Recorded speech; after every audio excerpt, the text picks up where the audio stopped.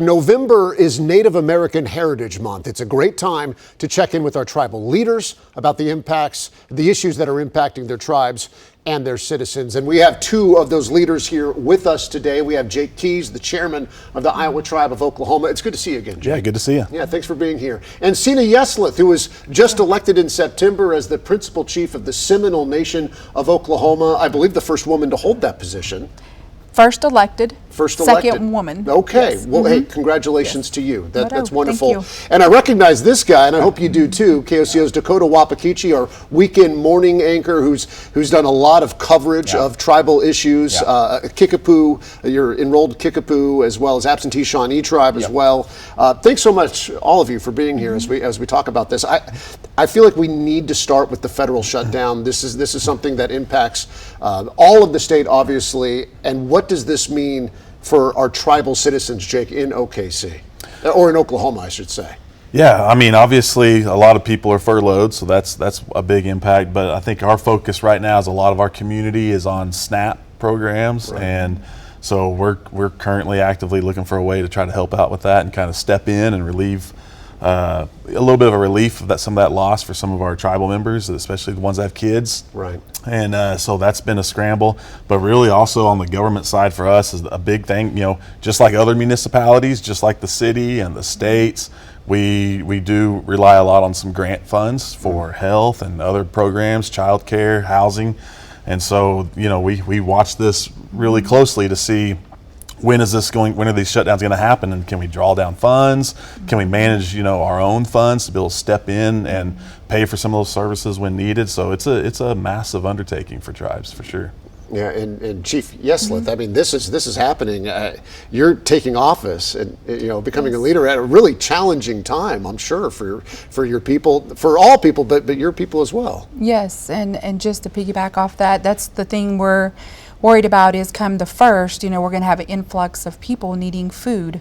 And with the government shutdown, it also delays our orders of our food, our funding coming down.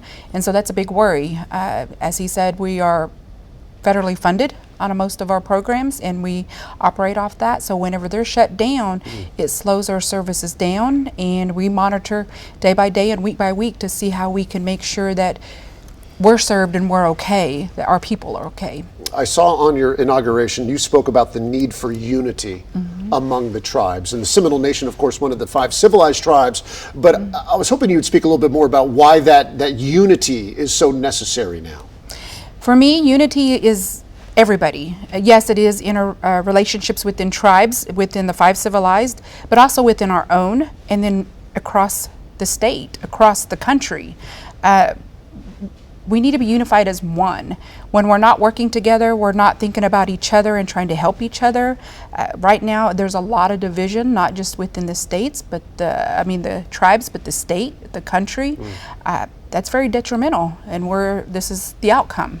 Right. Dakota, you cover a lot of tribal issues here at KOCO. What are some of the things that you are hearing right now that is important to the tribes when you speak to their leaders? Well, obviously a lot about sovereignty and what they can do. So as you know, they are federal entities. They have laws themselves. They have their own court districts. They even have their own police in a lot of cases, Light Horse. So a lot of times is what can the tribes do to be themselves. Obviously at the state level, they are within the boundaries of the state. The governor, Kevin Stitt, has voiced that quite a bit. He wants to push back a ton about that. Right, after the McGirt decision, of course, which was a landmark case, which has upended a lot of things, and there's been subsequent cases after that, Dakota, and we continue to cover how sometimes the tribal desires and the desires of the state and the governor are at odds oftentimes. And a lot of it is still, 5 years later, that was in 2020, the McGirt case was was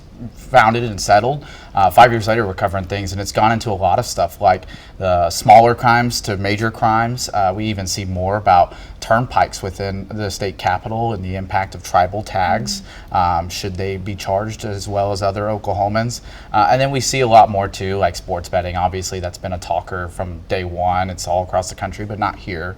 But then, we talk about that, but then also MMIP and enforcement Right. of that across the state, because it's right. not just these tribes that are trying to tackle it, but it's federal entities and even state entities. And that's something, I guess, Chairman, where I can go to you on that. You were here when we did a roundtable discussion about MMIP. Have you felt that the spotlight has increased in recent months and years? Yeah, I think, but that's due to a lot of our tribal people, a lot of our citizens within our tribes who have stepped up to start these MMIP organizations, out on the steps of the Capitol doing the work and talking to people, and our groups within the tribes have done a great job of bringing that awareness up. I think we've got to get more of our state and federal leaders, law enforcement on the same page, and I think we've made some headway there, especially here locally. But there's still room for improvement there. Right, and we just heard Dakota mentioned, tribal tags. I know that's a big issue for your citizens. Just this week, the Attorney General Gentner Drummond came out and said that he would not be prosecuting any tribal citizen who was hunting, on reservation land, basically without a state permit. I know that was a big win for you. Yes, it was, because for that is our birthright, our inherited right, to be able to tell us that we can't on our own land. Again, as sovereignty, these are our rights, and it's disheartening to hear when somebody's trying to step in and tell us, because within sovereignty, we're a tribe. We're a government within a government, and that's what a lot of people don't understand. We have that right to govern ourselves. And I know that, every tribe is different in many different ways, but when you're talking about unity, is that when it becomes so important, when you have issues like that, when you have to speak up in defense of yourselves? Yes, definitely. We have to advocate for ourselves. We have to be heard and seen, because that's a lot of things within tribal nations where some people look at us as less than, not human, depersonalize us. And so those are the things that we're always trying to fight for, and within ourselves, and just communication. We do have a lot of state legislators we are working with. We have those strong relationships. We want to continue that and have open lines of communication. That's the only way we're going to work together, is communicate. Chairman, we have less than a minute here, but we're talking about sometimes the tension between the state and the tribes. The governor has, the tension between the governor and the tribes has been well documented. He was on our show here, obviously here for Oklahoma Chronicle this week. Do you see, before he leaves office, do you see there becoming a thawing in that relationship? Can it improve, you believe? I mean, you never know when somebody's coming to the end of their term, that maybe they think of things a little bit differently.